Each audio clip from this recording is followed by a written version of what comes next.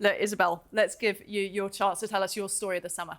So this is actually a much more serious and sad one, which is the Titanic submarine story. I just think that this tale, journalistically and on a human interest level, was utterly gripping. You know, the whole world was watching as to the fate of these poor people who went down there. And of course, literally, they weren't poor. The reason they were in that sub in the first place is because they were able to afford incredibly expensive tickets to go down in this glorified tin can.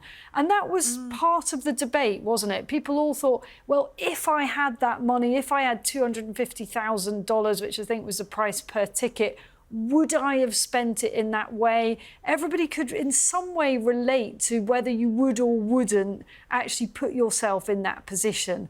And the whole kind of hour by hour, is the oxygen running out? What is the way out for them? The rescue attempts. It was just awful. And one of those stories where every morning you'd wake up, and I think even some of us journalists wake up in the middle of the night, might have checked our phones to see if there was any update. And so sad that it had such an awful ending. I think you summed it up well. It was a conflicting story, and that's why it pulled on so many heartstrings. I anchored a 2-hour special we did here on TalkTV that evening about it, and spoke to lots of friends of survivors, you know, of some of the men, rather, victims that went down, you know, and they were talking heartfelt, you know, heart-rending stories about the people that they were missing, you know, and that they were explorers and everything else. Yes, and then afterwards, adventure, and you had know, the technical information of what the man who was running the organisation OceanGate had led them into. And for many, when you actually drilled into it, it was an accident waiting to happen.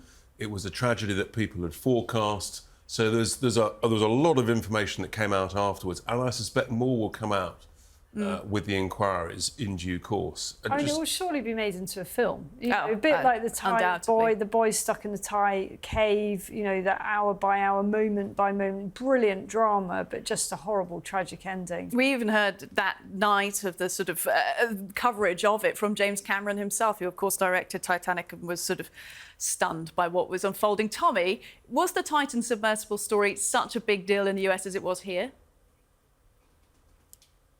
Oh, it absolutely was. I think it gripped the entire world, and few stories have the ability to do that and have that kind of reach. Obviously, a horrible tragedy and something that we all felt. And I think it's a moment we can all come together as well. There's been so many things dividing us all over the world. And so when we can come together and we can pray for people and we can think of people and we can cover a story and discuss a story, I think that's the silver lining in all of it, is it reminds us that we all have the same heart at the end of the day. So certainly a story of the summer.